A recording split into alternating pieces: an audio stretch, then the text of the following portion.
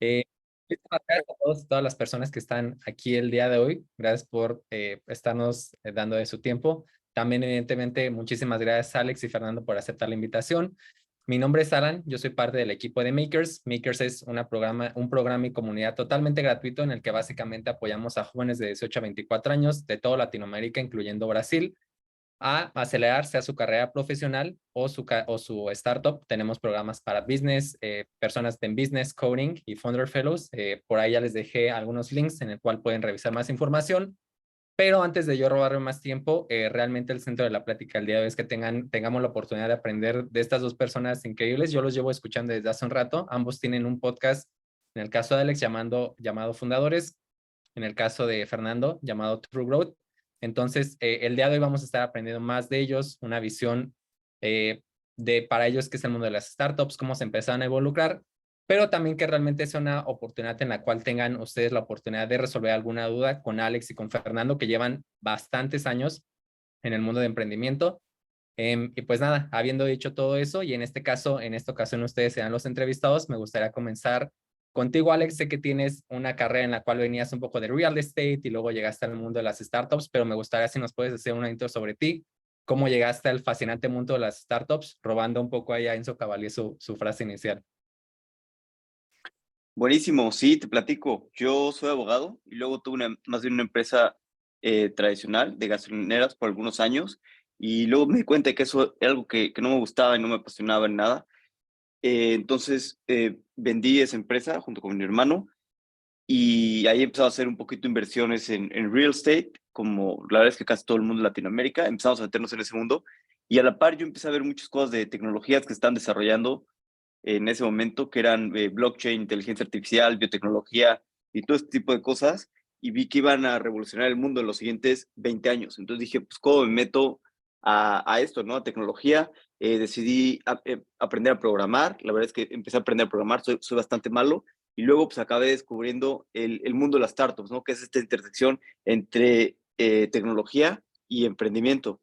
Y como pues, no tenía tiempo, porque en ese momento pues, tenía bastantes cosas, pero tenía algo de dinero extra, pues empecé a hablar con algunos emprendedores, empecé a hacer algunas inversiones sin saber mucho, la verdad, lo que hacía. Esto fue en 2016, pues ya hace unos 8 años, y de ahí me encantó, la verdad, y ha crecido muchísimo el ecosistema en Latinoamérica. Ya, muchísimas gracias, Alex. Y ahora, Fernando, por tu parte, tengo entendido que tú comenzaste un poco corporate, te metiste por accidente a Johnson y de ahí te fue llevando el mundo hasta terminar en Silicon Valley con eBay. Pero si nos pudieras contar más sobre cómo fue toda esta travesía. Claro, pues depende de qué tan atrás quieras que me vaya, Alan, pero soy hijo de dos emprendedores. Mi papá estuvo en el mundo de construcción, mi mamá tiene una empresa en la que hace artículos para bebés. Entonces, yo cuando crecí, pues crecí con dos emprendedores, ¿no? Nunca vi el mundo corporativo como una opción hasta que a mi papá le fue muy mal y lo perdió todo. Entonces, yo por miedo, en vez de meterme a emprender, me puse a estudiar una carrera y después a trabajar en el corporativo, ¿no? Entonces, estuve muchos años en México trabajando en empresas de consumo como Nestlé, Red Bull y Johnson, haciendo desarrollo de negocio, pero siempre como un intrapreneur dentro de las compañías. Me encargaba de lanzar marcas nuevas o negocios nuevos en diferentes países. Y después me fui a estudiar a Estados Unidos, la maestría. Estando en la maestría, fue cuando me empecé a involucrar con startups. Estamos hablando de 2010. Entonces me empecé a involucrar con startups de tecnología en el área de Carolina del Norte, en Estados Unidos, y me encantó, o sea, me encantó sobre todo la agilidad con la que trabajaban las empresas, los frameworks que utilizaban, la mentalidad de la gente, la prueba y error, el deseo de fracasar y aprender nuevas cosas. Entonces me encantó ese ritmo de trabajo y quise meterme un poco más a ese mundo en Estados Unidos, pero la visa me lo impedía. Entonces traté de buscar un camino que me llevara a, en algún momento, eventualmente terminar en el mundo de startups, ya sea como inversionista o como emprendedor. Entonces, para eso empecé a trabajar en empresas de tecnología, ¿no? Trabajé en producto en Microsoft, donde aprendí muchísimo, y después trabajé como director de growth en eBay, donde aprendí todavía más. Y en 2016 lancé mi primer startup con unos socios en México y en Estados Unidos. Levantamos capital y a partir de ahí pues he hecho diferentes cosas desde consultoría hasta empresas de e-commerce y ahora de inteligencia artificial y analytics. Perfectísimo, muchas gracias. Y pues bueno, dado que la temática el día de hoy o el título de la plática es mentalidad de startups, qué es y todo esto, de ahí probablemente ya iremos en base a cómo nos siguen las dudas que tengan los chicos y chicas. Pero me gustaría escuchar la definición que hoy en día le dan ustedes al mundo de las startups, porque evidentemente uno cuando ya está muy metido en el ecosistema sesgadamente es muy fácil entenderlo. Sin embargo, en Maker nos ocurre que hay muchas personitas que apenas tienen 18, 20 años y realmente les interesa mucho el mundo de la tecnología, pero aún no distinguen cuál es la diferencia entre una empresa tradicional y una startup. Entonces, Alex, si un día te preguntáramos qué es una startup, ¿tú cómo nos la definirías? A mí me gusta definirla como una empresa de alto crecimiento. Normalmente es en tecnología porque la tecnología te permite tener mayor escala, mayor crecimiento y unas cosas, pero pues, es una empresa alto crecimiento.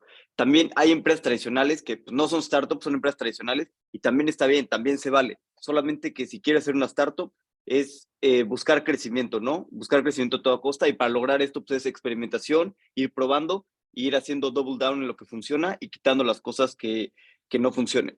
Pero yo diría que lo principal de una startup es el crecimiento acelerado, ¿no? Estar creciendo al menos un 300, 500% por año. Perfectísimo. ¿Tú, Fernando, qué definición nos darías? Yo diría algo diferente. Yo creo que startup por definición es cualquier negocio nuevo y que creo que los medios y sobre todo en los últimos años han hecho mucho daño a la percepción de lo que es ser emprendedor. Y ser emprendedor no necesariamente significa que tienes que levantar dinero de capital privado y ser emprendedor no quiere decir que tienes que hacer un exit, salir a la bolsa. O tú puedes emprender de muchas diferentes formas. Y existe, como decía Alex, diferentes tipos de negocios. Hay negocios que son más tradicionales, de menor potencial de crecimiento y de retorno a inversión desde un punto de vista de capital privado, que son extraordinarios negocios y que son negocios que te requieren muchísimo tiempo, experimentación, etcétera, pero que simplemente por los unit economics del negocio, por el tipo de revenue y de márgenes que manejas o el tamaño del mercado o la operación del negocio, no te permiten explotar de 0 a 1000 en un periodo de 5 o 7 años para dar un retorno tan atractivo a los inversionistas. Pero son startups y son negocios que requieren que te estés reinventando y que te requieren que hagas las cosas mejor que tu competencia y que te requieren que estés retando completamente el status quo todo el tiempo, ¿no? Entonces, yo como lo definiría, un startup es un negocio nuevo. Es alguien que tiene una idea, que la va a llevar a cabo y que tiene que encontrar la forma de que funcione. Perfectísimo. Me gustó mucho que nos dieras este punto de vista diferente y que no diferente, sino que realmente es justamente como mencionas. Creo que sí se ha distorsionado un poco la definición que se nos está creando en los últimos años. Y justamente como ustedes han tenido la oportunidad o han estado tanto en el ecosistema y han estado, creo, me parece, de parte de los dos lados de la mesa, tanto han estado del lado de founder, tanto del lado de inversionista. Me gustaría saber, tú, Alex, el día de hoy, para ti, ¿qué es un emprendedor? Así de manera muy ambigua, muy vaga esta pregunta, pero para ti, ¿qué sería un emprendedor o emprendedora?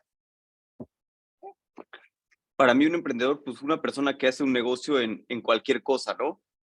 Para mí, pues una startup es alto crecimiento y también están los negocios tradicionales, que es igual de válido, ¿no? Muchas personas quieren levantar capital y, oye, yo creo que no es el único camino levantar capital. Puedes emprender y tener un excelente negocio y un negocio tradicional y que te esté dejando flujos y que vayas creciendo súper bien. Yo creo que un emprendedor puede ser en cualquier ámbito, ¿no? Negocios tradicionales, startups y cualquier cosa se vale, ¿no? Ningún camino es mejor que el otro. Un poquito la dificultad de una startup y lo que le hace tan difícil que pues, el 90% quiebra y nada más el 10% pues, logra que les vaya bien, es que una startup intenta hacer en 7, 10 años lo que a un negocio tradicional pues tal vez le llevaría 30, 40 años, ¿no? Entonces intentas meter ese crecimiento acelerado, que es por eso que necesitas capital y otras cosas. Pero yo creo que un emprendedor, entonces cualquier persona que quiere que empiece algo y que se anime, ¿no? Incluso también están los intraemprendedores, ¿no? En empresas. Que ahí no soy muy experto, pero pues una persona que dentro de una empresa hace un proyecto nuevo, crea cosas nuevas. O sea, creo que hay muchos tipos de emprendedores. Incluso para mí, pues hay como estos emprendedores que son de una sola persona, ¿no? Un artista, por ejemplo, oye, crea su arte, pero pues también tiene que hacer la parte de ventas, emprendimiento y demás. Un cantante, claro, crea sus canciones, pero pues también tiene que hacer todo este emprendimiento de vender, de distribución y demás. O sea, creo que emprendimiento se puede aplicar, o sea, que no solamente es negocio, sino que pues también puede ser arte que lleva la parte de negocio, ¿no? Y hay muchos ámbitos de emprendedores. Ya, perfecto. Seguro sí, justamente en los últimos años, más en la cultura, yo que estuve en la Career Economy, cultura indie hacker, está saliendo estos One Business Man, o Business Girl, que están corriendo todo negocio a través de ellos. De hecho, probablemente hasta cierto punto ustedes sean un ejemplo de esto, que gracias a que están teniendo un podcast, una audiencia, están teniendo un negocio en el cual inician con una persona y lo tienen que crecer. Y bajo esta misma línea, ahora pasando con Fer, pero cambiando un poco la pregunta, si bien hay diferentes tipos de modelo de negocio, también hay, creo, y aquí me gustaría saber tu opinión, que también hay diferente tipo de persona para cada negocio y para esto también ocupas un diferente tipo de mentalidad que va de la mano con lo que decimos, quizás el de startup, probablemente en la mayoría de las veces, o como lo tenemos sesgadamente, es una persona que tiene más esta mentalidad de quiero crecer, quiero levantar capital, etcétera, pero tú más o menos cómo ves eso en el tema de hay mucha diferencia realmente entre alguien que está emprendiendo tradicionalmente o que está en un corporate versus alguien que está buscando hacer el siguiente unicornio, o cómo ves esta parte? Yo no necesariamente creo que exista una gran diferencia entre la mentalidad y la forma de trabajar de uno y otro. Eh, Creo que existe una diferencia en el skill set y en los objetivos que puede tener uno y otro, ¿no? Pero no necesariamente la mentalidad. Creo que cualquiera que sea el camino que elijas como emprendedor, ya sea un solopreneur, o sea un creador de contenido, o sea como el caso de Alex que tuvo gasolineras, o sea una empresa de tecnología que sea escalable por varias rondas de capital, etcétera, etcétera. Cualquiera que sea ese camino, tienes que tener un drive diferente al de las otras personas, ¿no? Tienes que ser alguien que está dispuesto a correr riesgos en mucho mayor medida al promedio de las personas. Tienes que ser alguien que no está conforme con el status quo de las cosas. O sea, no puedes emprender un negocio y decir, si lo voy a hacer igual de bien que todos los demás, porque no vas a llegar a ningún lado, vas a tener un negocio muy mediocre. No tienes que inventar el hilo negro tampoco, simplemente tienes que hacer las cosas mucho mejor de lo que existe ya en el mercado, ¿no? Y para eso se requiere una mentalidad de alguien que dice, no estoy conforme con cómo funcionan las cosas en esta particular industria, ¿no? Y voy a buscar cómo lo hago 5 o 10 veces mejor, qué ángulo distinto puedo buscar para atraer clientes de una forma más barata, hacer más dinero, etcétera, ¿no? Entonces, es alguien que está inconforme, es alguien que está buscando soluciones, es alguien que está dispuesto a correr riesgo, es alguien que está dispuesto a recibir feedback constantemente y está abierto a recibir feedback. No es un cabezota que dice, por aquí es y se acabó, ¿no? Que está escuchando lo que le dice el mercado, los consumidores, etcétera. Y es alguien también que tiene la capacidad, sobre todo, de vender. Es alguien que puede vender no solo a clientes, sino a la gente a que se suba a su proyecto. No es fácil no tener recursos y vender una visión y que alguien deje su trabajo o alguna otra oportunidad para que se suba a tu barco, ¿no? Creo que la principal característica de cualquier emprendedor en cualquiera de sus facetas es la capacidad de ventas que tengan. Perfectísimo, me gusta mucho eso último. Ahora, por otra parte, como les comenté, muchos de los chicos y chicas que buscan unirse a Makers, pues algunos de ellos son aspiring founders, otros apenas están dando cuentas de que todo este mundo existe. Sin embargo, la gran mayoría hemos notado que tiene alguna aspiración de en algún momento emprender, y dado que ustedes nuevamente pues ya han tenido bastante experiencia en esto, y evidentemente esto es una opinión que puede ir cambiando con el tiempo, conforme más experiencias tenemos, después podemos decir otra cosa. Pero si ustedes puedan regresar en el tiempo en la primera vez que emprendieron, ¿qué consejos se darían a ustedes mismos si tuvieran que volver a emprender? Ahora comenzando de nuevo por ti, Fer. Muy buena pregunta y serían tantas cosas que no sé cuánto tiempo tengamos, ¿no? Pero primero que nada es que es muy fácil estar en tu casa, en la comodidad de la situación que tengas el día de hoy, con los riesgos que conoces el día de hoy, con el ingreso que tienes el día de hoy, por poco que sea, y entonces tomar eso como base para pensar que cuando emprendas todo va a ser mejor, ¿no? Y decir, estoy dispuesto a correr estos riesgos o estoy dispuesto a pasar por estas situaciones extremas con tal de sacar todo adelante. Y es muy fácil leer la historia de alguien y ver que la pasó muy mal, y que lo perdió todo y que estuvo en la calle y que vivió en casa de amigos y se llevó a su familia y después se volvió millonario. Y entonces es muy fácil desde esa posición de confort decir, claro que yo puedo hacer eso, pero realmente no sabes lo que significa eso hasta que lo vives. Y es muy difícil dimensionarlo hasta que realmente estás ahí y no sabes bien de qué estás hecho hasta que no te pasa. Entonces, ver el lado, el bright side o el lado amable del emprendimiento es increíble, ¿no? O sea, levanté capital y construí un equipo y vendimos la empresa y ganamos, es padrísimo, pero todo lo que pasa en medio no es tan divertido. Levantar capital es complicado, o sea, necesitas hablar con cientos de personas para que uno te diga que sí, y tienes que estar aguantando miles de no, y tienes que tocar en miles de puertas, y vas a dudar de ti, vas a dudar de tu idea, vas a dudar de tu capacidad, vas a dudar del mercado, de lo que estás haciendo, de todo. Entonces, si algo me diría yo en esa situación, o sea, el día de hoy, estando en la situación anterior, tienes que creer en ti mismo y tienes que hacer un test muy ácido de por qué estás haciendo lo que estás haciendo y realmente qué es lo que estás buscando. Porque si la razón por la cual lo estás haciendo no es suficientemente fuerte y no te convence realmente tanto, no vas a poder tener el empuje para pasar todos esos retos que vas a tener que enfrentar antes de llegar al momento que estás buscando, que probablemente no llegue.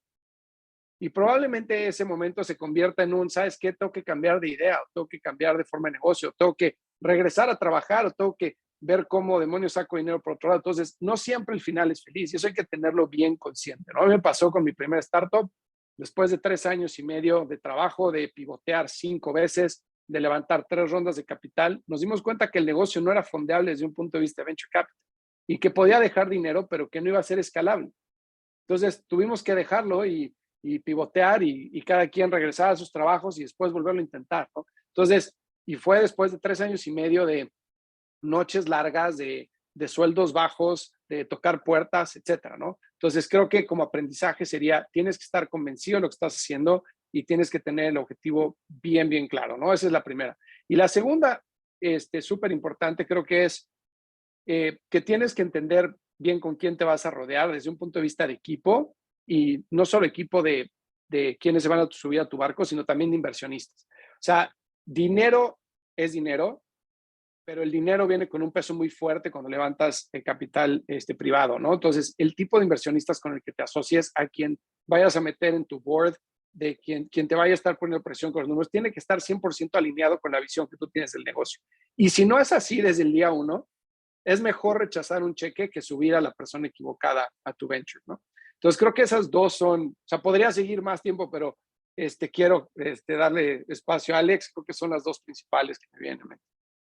Súper, sí, siento que algo que me da gracia, pero creo que hasta que las experimentas comprendes la teoría detrás, porque algo que he escuchado de cualquier o de la mayoría de emprendedores y emprendedoras que conozco, yo también lo hice el año pasado, yo tenía una startup que pasamos por plátanos, después cerramos, pero siempre hice los errores que no se deberían de cometer. O sea, creo que a todos nos pasa, pero creo que es porque entender el por qué lanzar temprano es fácil de entender lógicamente, pero hasta que lo experimentas y dices, y güey, ya entendí por qué tenía que hacer esto, ya entendí por qué tenía que hablar con usuarios, como que lo ejemplificas, pero muy cool.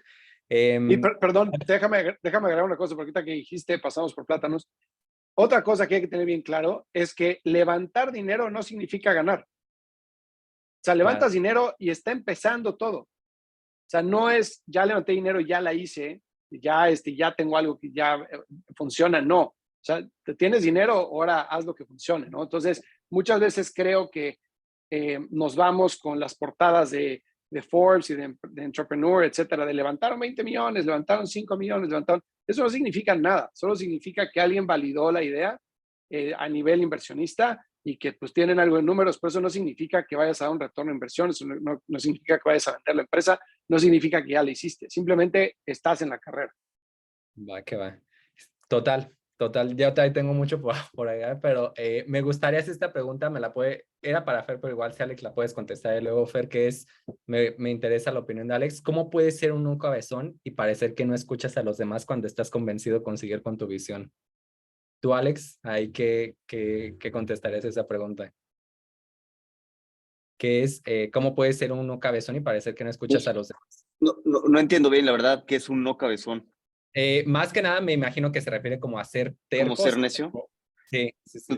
Yo soy de la opinión contraria. Yo creo que hay que ser menos terco y escuchar a los demás. Y estoy de acuerdo que está bien intentar, pero bueno, yo no soy Steve Jobs, es muy difícil crear un producto sin feedback, ¿no? Y Steve Jobs, incluso Steve Jobs tuvo mucho feedback, ¿no? El primer iPhone, la verdad es que no funcionaba con muchas cosas, no tenía ni siquiera copy-paste, o sea, creo que hay mucha gente que cree que puede sacar un producto perfecto y creo que lo mejor es escuchar a tu usuario, escuchar a otras personas. O sea, yo sería de la opinión contraria, de está bien tener tu visión, pero siempre escuchar a otras personas.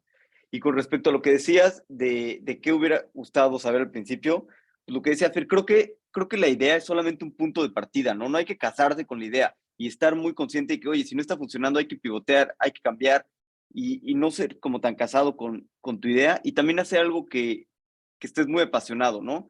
Porque emprender es muy difícil, te vas a encontrar muchas dificultades y si no es algo que realmente te apasiona, probablemente, o sea, si estás haciendo algo con 2 años sin que parezca que avances, pues si no te apasiona, probablemente te vas a dar por vencido, ¿no? Si estás en un problema que realmente te apasiona, es mucho más fácil que puedas seguir adelante, ¿no? Que puedas desvelarte las noches, que puedas trabajar los fines de semana. O sea, emprender es muy difícil. Lo más probable es que al final te quedes sin nada. Entonces, al menos que sea una cosa que disfrutes mucho, que te apasione y que te va a dejar bastantes conocimientos. Otra cosa es que normalmente emprender es un maratón. Es muy probable, digo, hay gente a la que le va muy bien en su primera empresa, pero es muy probable que no te vaya bien en tu primera empresa. Yo ahorita hablo con emprendedores que tal vez están en su segunda, tercera empresa y o sea, les fue más o menos en la primera, pero ya en la segunda empresa tienen mucho más experiencia, mucho más fácil levantando capital, creando equipos, haciendo producto. Es mucho más fácil que te vaya bien en tu segunda o tercera empresa que en la primera. Digo, hay personas a las que les va mal en todas, ¿no? Y pues también eso no es bueno, pero normalmente es muy difícil, todos estos típicos errores que cometen todos los emprendedores, es muy difícil experimentarlos en cabeza ajena. La verdad es que es por eso que todos leemos los consejos de YC de muchos lados y es muy normal que un emprendedor vuelva a hacer esos errores porque es muy difícil experimentarlos en cabeza ajena y es por eso que normalmente les va mucho mejor a los emprendedores por segunda o tercera vez.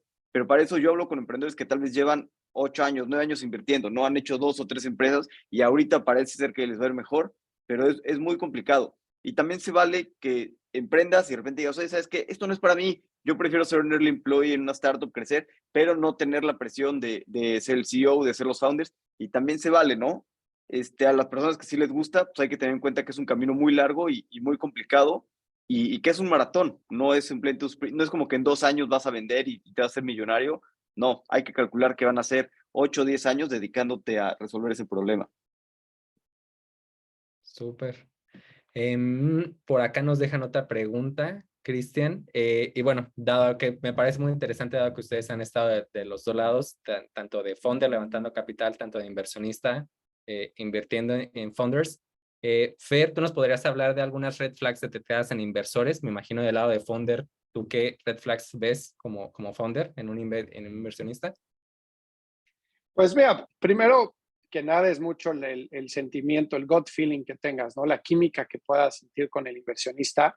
Es bien importante y esto es muy difícil de hacer. Cuando estamos levantando dinero, pues todos necesitamos el dinero. Entonces, mientras más puedas levantar dinero cuando no lo necesitas o cuando menos lo necesitas, en mejor posición de negociación vas a estar. Entonces, creo que un muy mal approach es ir a tocar la puerta y decir, necesito dinero. Creo que eso es un muy mal approach porque te pone, o sea, le entregas el mango del sartén al inversionista 100%, te pones en una posición en la que tú tienes que responder todas las preguntas y en la que estás diciendo que tienes una necesidad, ¿no? Entonces, un mejor approach es buscar a los inversionistas cuando estás trabajando en una idea y pedirles feedback. Decirle, oye, estoy trabajando en esto, sé que tú estás metido en esta industria, sé que invertiste en esta empresa que es parecida o que está dentro del mismo mercado, lo que sea. Me encantaría que me dieras feedback de lo que estamos haciendo, pero hacerlo genuinamente, ¿no? Como alguien que está pidiendo feedback de alguien que sabe. Y entonces ver qué tipo de feedback da el inversionista, ver en qué tipo de cosas se fija, qué tipo de cuestionamientos hace el negocio y te vas a dar mucho cuenta de cómo piensa. Y también decirles, oye, ¿qué te gustaría ver? Ahorita no necesito dinero, tenemos runway todavía, pero me encantaría ver qué te gustaría ver de mi negocio para que pudiéramos tener una plática, una inversión cuando llegue el momento adecuado. Entonces, en ese momento el inversionista te tiene que decir en qué se va a fijar, si se va a fijar en métricas de ventas, de conversión, en qué volumen, etcétera, para que tú sepas si es el inversionista adecuado o no.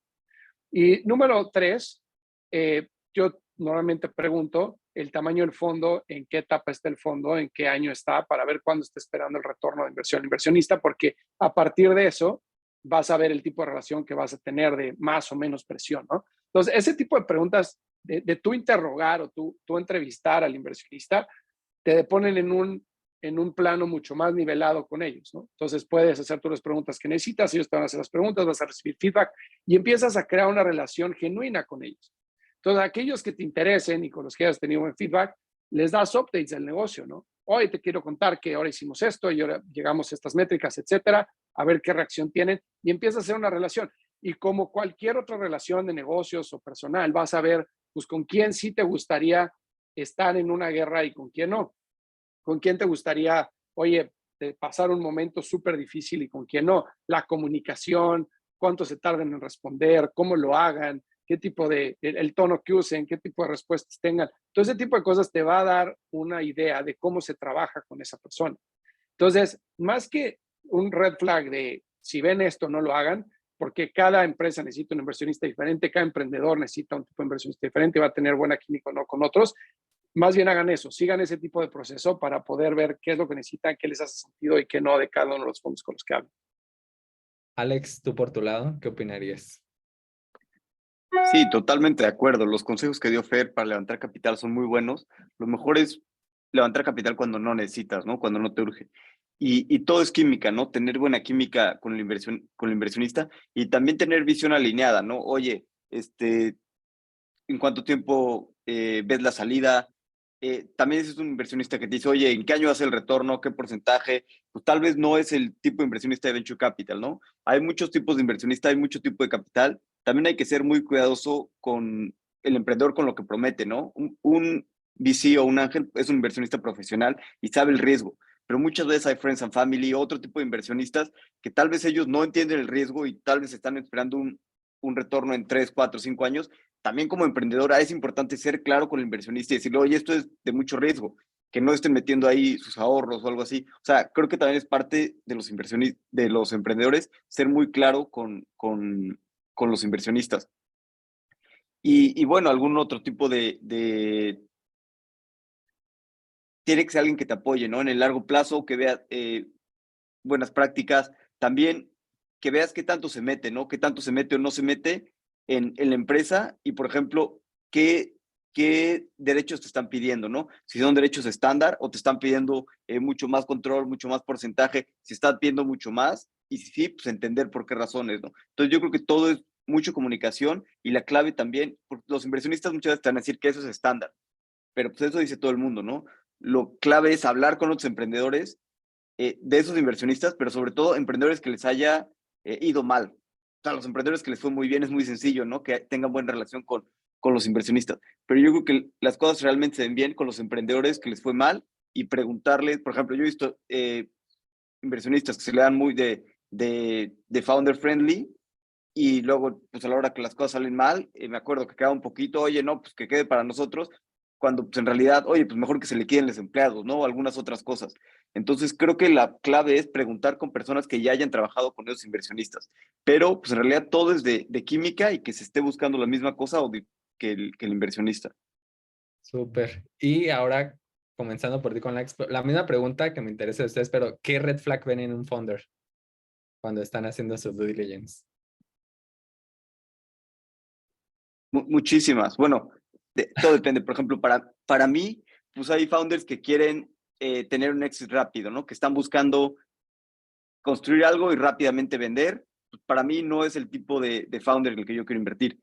Normalmente construir una startup que valga cientos de millones de dólares o hasta millones de dólares, hasta 10, 5 millones de dólares, en realidad es bastante difícil, lleva mucho tiempo.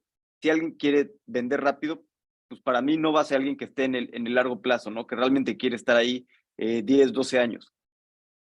También personas que quieren levantar capital antes de ellos pues, meter o su propio capital o su propio tiempo, ¿no? No han renunciado a su trabajo, no han hecho nada y quieren pedir capital. O sea, está bien, pero has hecho un MVP, ¿qué has hecho? O sea, ¿por qué me voy a arriesgar yo si tú no te has arriesgado? Si no, o sea, como que me gustan mis founders muy comprometidos con lo que quieren lograr. Luego, aparte, pues, por ejemplo, a mí me gusta invertir también en equipos que tengan cofundadores técnicos, ¿no? Otra red flag para mí es cuando son 3, 4 founders y uno tiene el 80% y los demás tienen muy poquito porcentaje, ¿no? Para mí, yo estoy buscando equipos que realmente sean partners, que no sea como una persona que trajo a los demás, sino que sean partners. Y un poquito lo mismo eso con el CTO. Me gusta que el CTO sea un cofundador y que sea partner. Hay personas que son varios cofundadores y el CTO es una persona que tiene 2, 3%. Eso para mí no funciona. A mí me gusta que sean equipos muy técnicos y que realmente los founders sean partners y no sea como una persona que les da poco equity a los demás. Súper. ¿Tú qué tal, Fer? Y muchas gracias por contestar por el chat también, Fer. Claro. Pues mira, muy similar a Alex, para no mencionar lo mismo que dijo él, un par de cosas que yo tomo mucho en cuenta. El primero es aquella persona o founders o equipo que esté enamorado de su solución, es un súper red flag para mí. O sea, quiero que la gente tiene que estar enamorada del problema, no de la solución. Entonces, normalmente yo pregunto, dime otras 5 formas de solucionar este problema y por qué la solución que tú pensaste es la mejor, ¿no?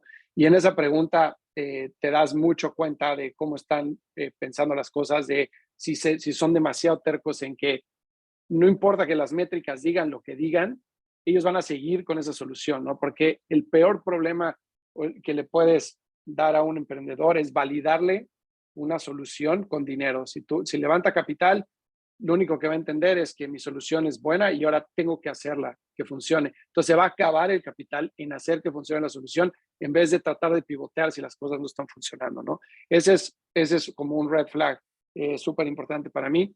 Y otro red flag también es entender por qué están haciendo las cosas y cuál es el founder market fit que existe, ¿no?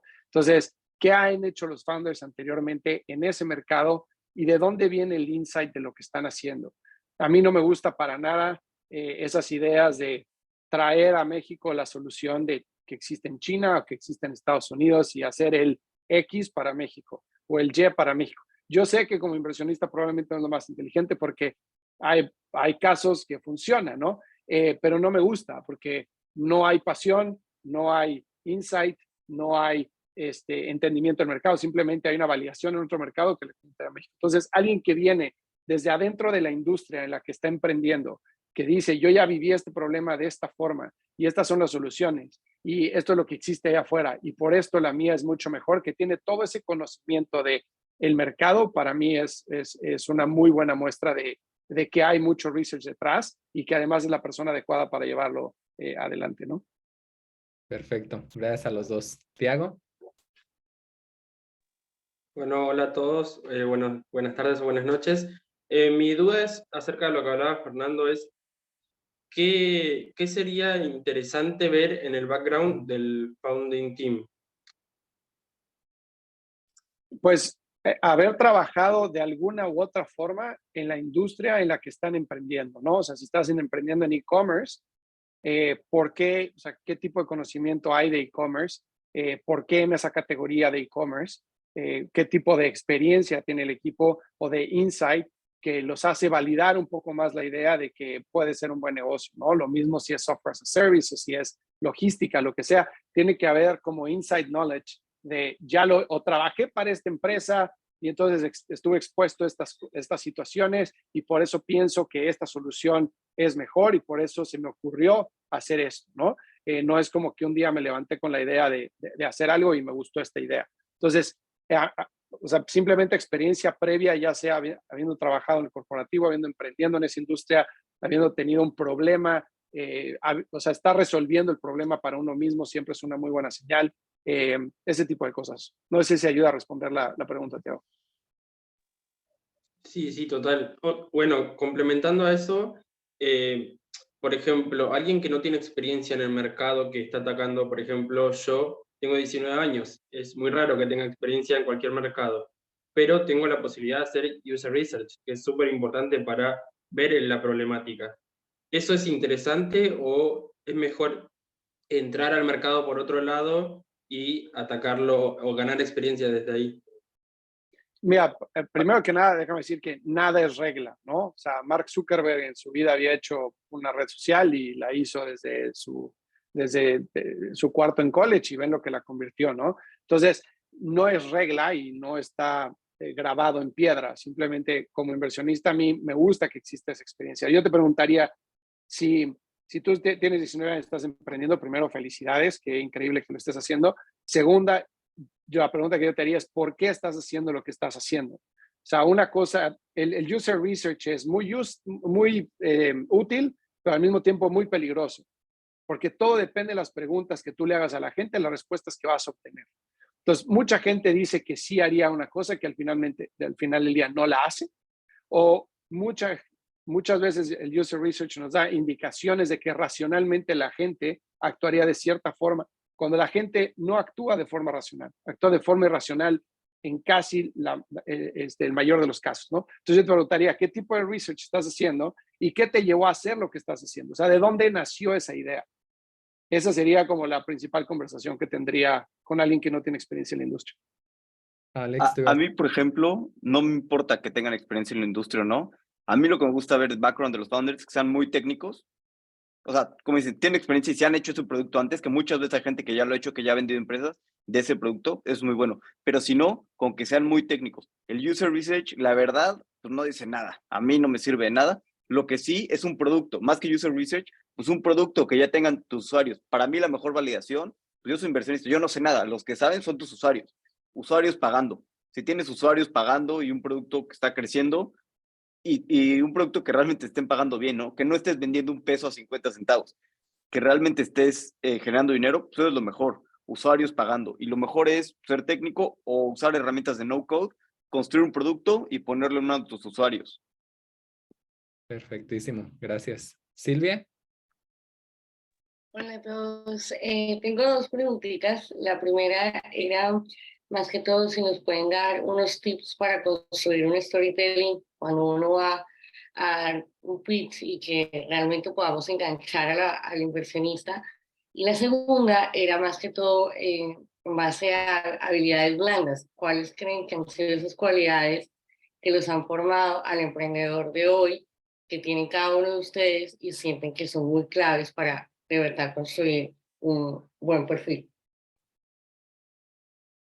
Alex. Yo creo que el storytelling pues, está bien, pero lo mejor es tener ventas, tener buenos números. Eso es lo que quiere ver cualquier inversionista. Tu objetivo no es convencer a los inversionistas, sino resolver un problema de tus usuarios. Lo mejor es tener usuarios felices y usuarios que realmente amen el producto y que estén pagando por el producto.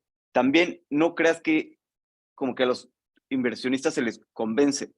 Hay muchos inversionistas que no van a ser buen fit y no son buen fit. Normalmente tienes que hablar con, o sea, tienes que tener un buen storytelling, sí, pero tienes que hablar con más inversionistas y descubrir los que sí son buen fit para eso, ¿no? Que inviertan en esa industria, que tengan como afinidad con ese problema y buscar esos inversionistas, ¿no? Muchas veces la gente quiere convencer a un inversionista en lo que está hablando y nunca lo va a poder convencer. Es como alguien pues, que va a ser tu novia, ¿no? Tu novio. Oye, ¿cómo la convenzo? Bueno, pues sí, tal vez, pero tal vez no, nunca le vas a gustar. Busca a alguien con el que sí tengas química y sí sea buen fit. Y esa persona pues va a ser mucho más probable que sea tu novia, ¿no? O sea, hay muchos inversionistas, hay que buscar los que sí tienen fit con la industria que está resolviendo. Pero lo importante es resolver un problema a tus usuarios y agregarles valor. Los inversionistas no importan. Si tú tienes ventas y agregas valor a tus usuarios, el dinero llega después de otros inversionistas. ¿Y cuál era la otra pregunta? Sobre los soft skills. Sí, pues soft skills, yo creo que a mí lo que me gusta es una persona que sabe escuchar feedback y que se mueve rápido, ¿no? Sabe escuchar feedback de los usuarios, de las personas y puede experimentar rápido, ¿no? Si tal vez no va por el buen camino, hace un experimento y en 2 o 3 semanas está creando un producto nuevo en otra cosa, ¿no? Y un poquito más adelante, pues es vender, ¿no? Vender a tus usuarios que se sumen, vender a las personas que se sumen a tu empresa también y a los inversionistas que se sumen, ¿no? Creo que un gran soft skill es poder vender y para eso hay que ser muy empático, ¿no? Con las personas. Pero sobre todo, pues creo que es muy importante saber recibir feedback y saber cuando el producto no está funcionando, ¿no? Hay muchas personas que tienen su producto y que quieren venderlo y van cuesta arriba, ¿no? Y es muy diferente estar vendiendo un producto en el que tú tienes que ir empujando una piedra hacia arriba que un producto que va súper bien y es como empujar una piedra hacia abajo, ¿no? Es un producto que realmente los usuarios quieren y los usuarios te lo piden y llega más de boca a boca y llegan tus nuevos usuarios en vez de que tú estés ahí intentando pues, vender un producto mucho más difícil. Súper, muchas gracias, Alex. Tú, Fer, por tu parte, respecto a la primera pregunta de storytelling, ¿tendrías una opinión diferente? Más que diferente, creo que una startup tiene diferentes etapas en las cuales necesita capital y hay diferente tipo de capital para diferentes etapas de una startup. Entonces, si tú estás empezando y tienes una idea y, y te juro que te entiendo porque he estado en tus zapatos en los que dices, bueno, sí, usuarios, claro, ventas, claro, pero ¿cómo le hago si no tengo un peso para empezar? ¿No?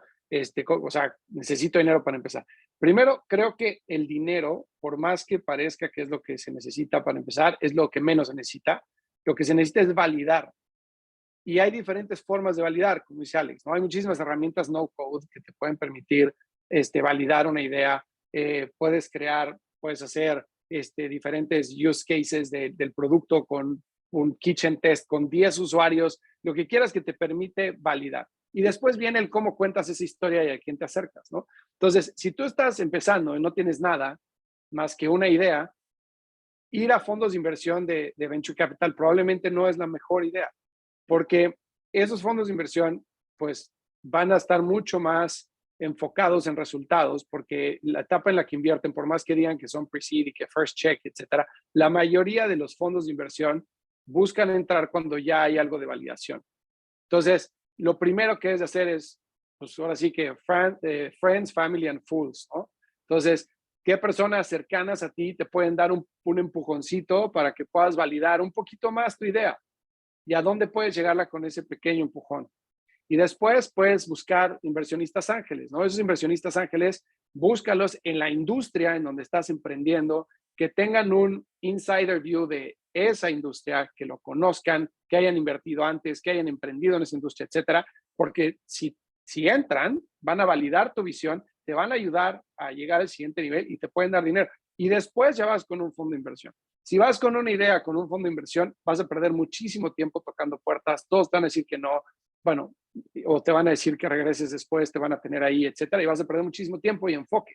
Entonces, primero, trata de validar, después levanta de personas cercanas, después vete a ángeles inversionistas y ya cuando tengas números te vas con un fondo de inversión. Ahora, en todo esto entra el storytelling, ¿no?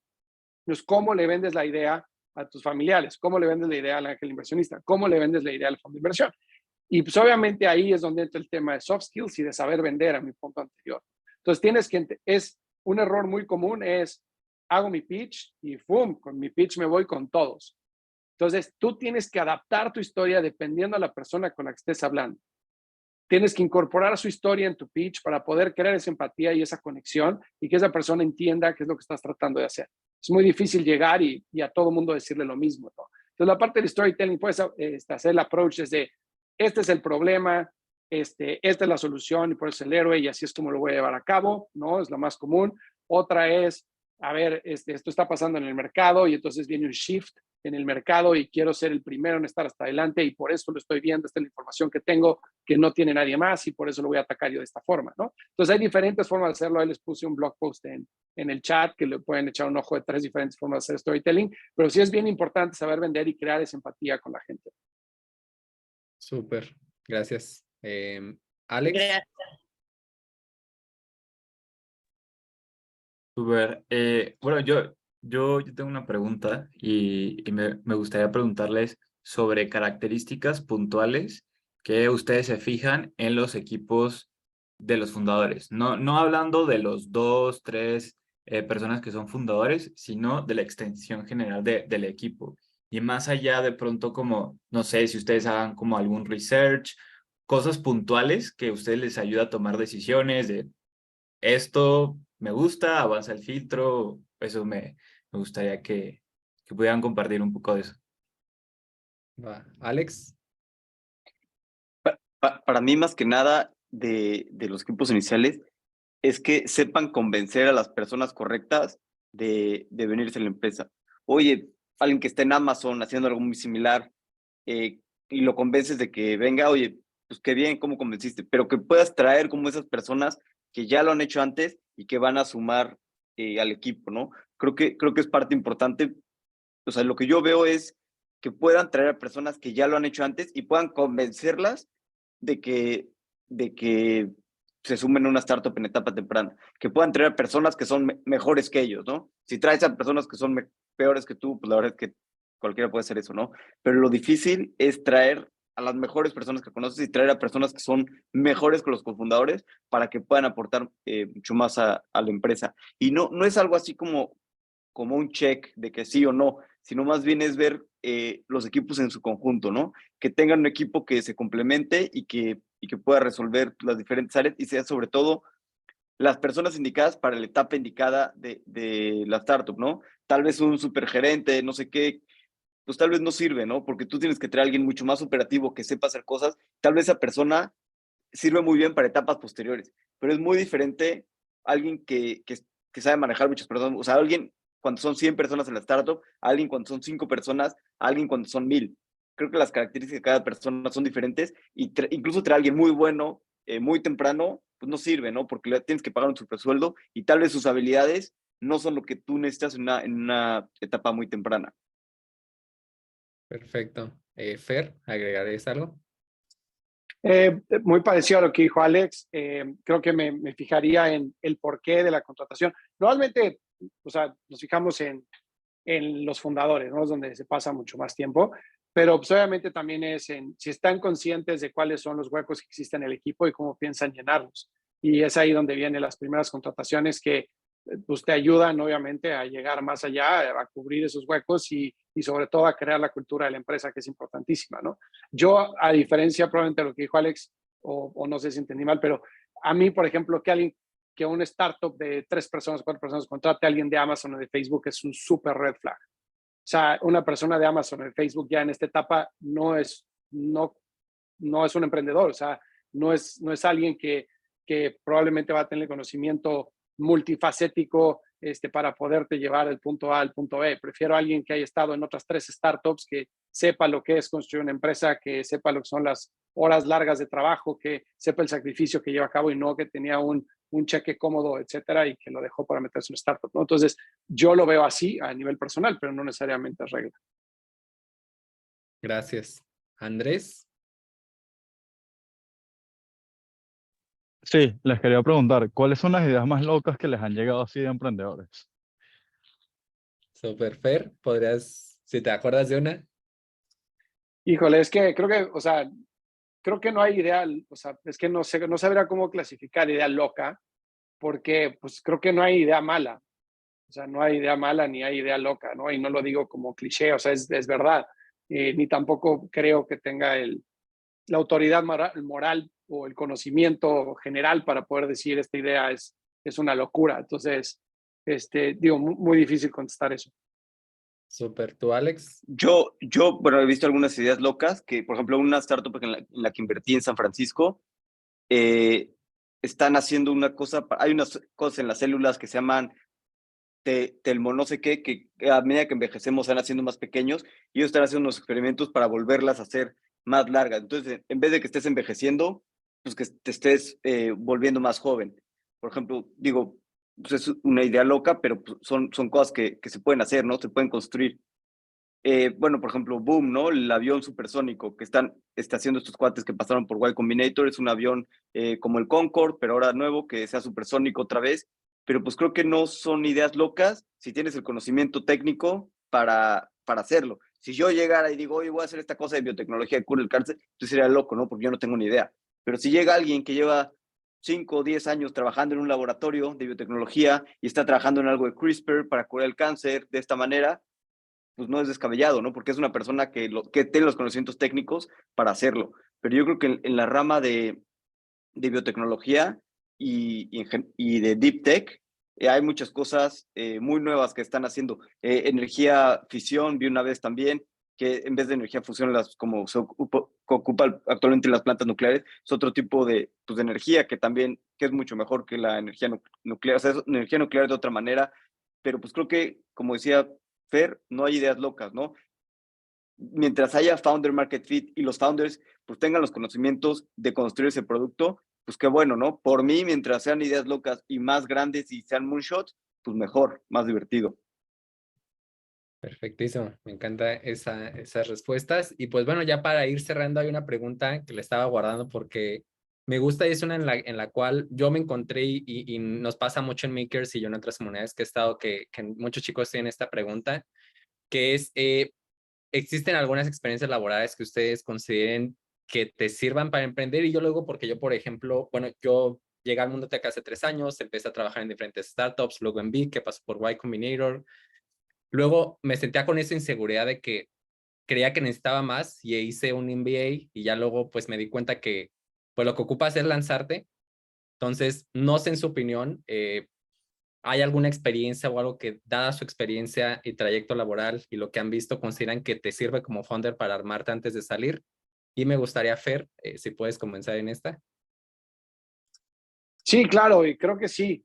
O sea, creo que el área de producto sirve muchísimo porque pues obviamente te da conocimiento de metodologías de desarrollo ágiles, de prueba y error, desarrollo de producto, pues obviamente que en tecnología pues, es clave.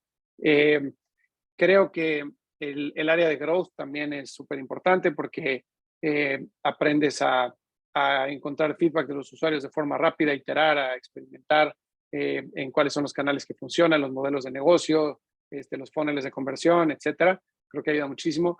El área de ventas también, obviamente siempre y cuando sea dentro de la misma industria en la cual se está emprendiendo, porque no solo creas conexiones que después puedes utilizar para ir a vender el producto, sino también aprendes a vender, aprendes a comunicarte, etcétera, ¿no?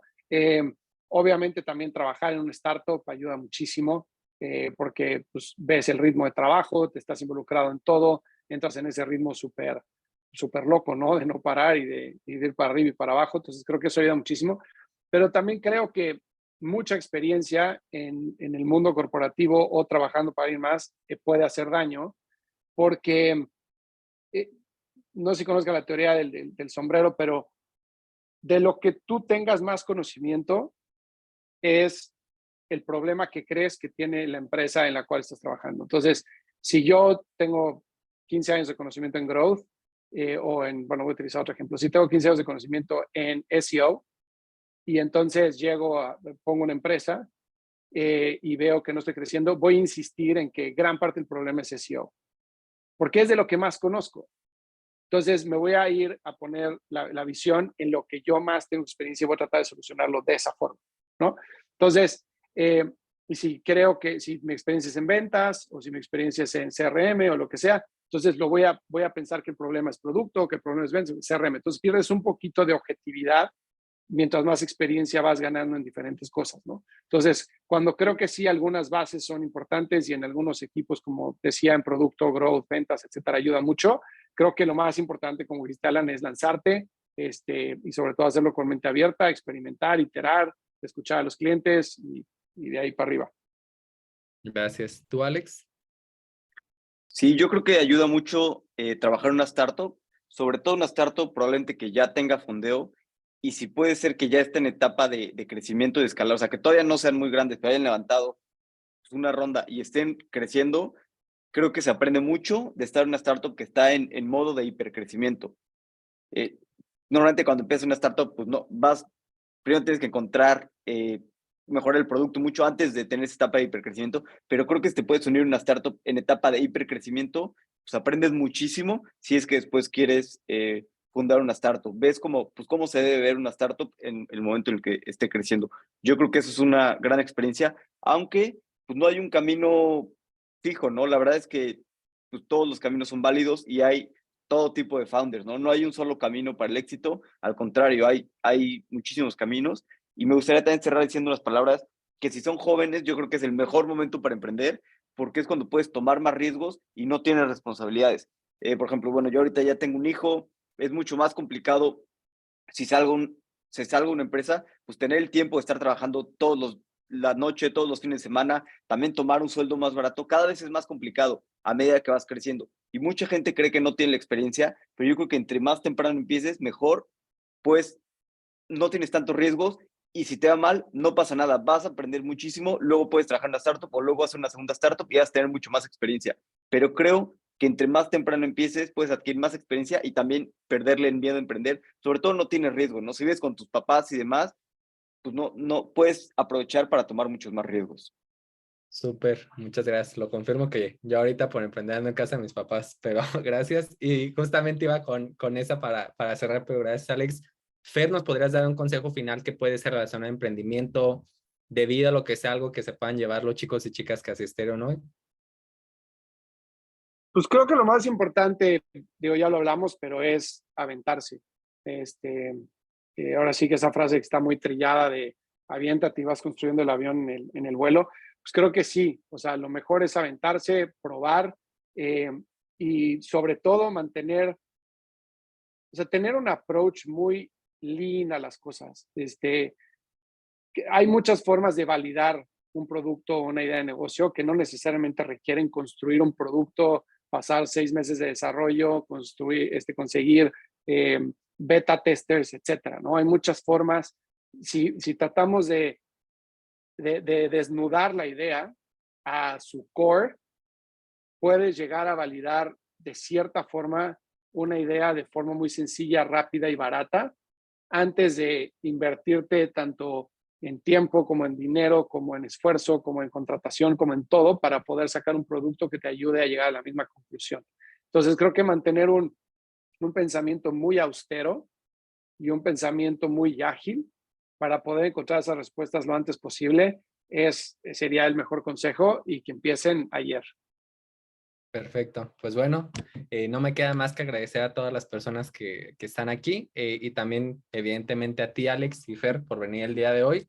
Me gustó mucho conocer más opinión sobre diferentes puntos de vista. Sin embargo, a todos y todas las que vinieron les quiero recomendar estas 2 entrevistas donde en vez de que ellos son los entrevistados, perdón, en vez de que ellos entrevistan, ellos son los entrevistados. Entonces, si quieren conocer más de Alex y de Fer, les súper recomiendo que escuchen estas entrevistas para que puedan conocer más de ellos, de su persona y su trayectoria. Fuera de eso, pues también dejé sus redes sociales, pero igual se las voy a enviar por email y de ahí en fuera, pues nada, les deseo una excelente tarde y de nuevo muchas gracias por su tiempo el día de hoy. Gracias a ustedes, que estén muy bien y mucha suerte y mucho ánimo. Gracias. Igual, gracias Alan, gracias a todos y mucho éxito.